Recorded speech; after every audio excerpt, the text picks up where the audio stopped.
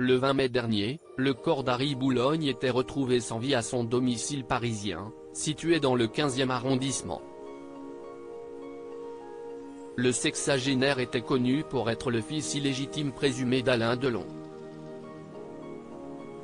Il serait le fruit d'une idylle entre le comédien et la chanteuse Nico, en août 1962. Malgré son combat juridique, il ne sera jamais reconnu par son père. Recueilli et élevé par sa grand-mère, Édith Boulogne, il ne fera la rencontre de son demi-frère, Anthony Delon, qu'à l'âge de 18 ans. Sur le plateau de l'émission Tout le monde en parle, diffusée sur France 2 en avril 2001, Harry Boulogne était revenu sur cette rencontre, survenue lors d'une soirée à l'Élysée-Matignon. Les deux jeunes hommes avaient alors été mis en relation par Serge Gainsbourg.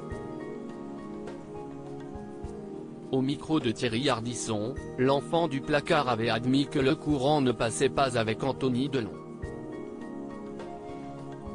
Il débarquait dans toutes les boîtes de nuit. Il y avait des bouteilles à son nom.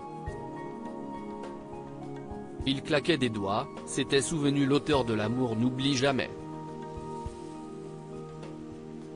Pour lui, les malheurs de son demi-frère lui semblaient être un luxe. Supérieur à Anthony Delon, qui sont les femmes de sa vie? Une destinée tragique. Nonobstant, Anthony Delon a eu une pensée pour Harry Boulogne et ses proches, le 20 mai dernier. Dans un post Instagram, le père d'Alison, de Lou et de Liv a écrit « Repose en paix, Harry. Une destinée tragique. Tristesse.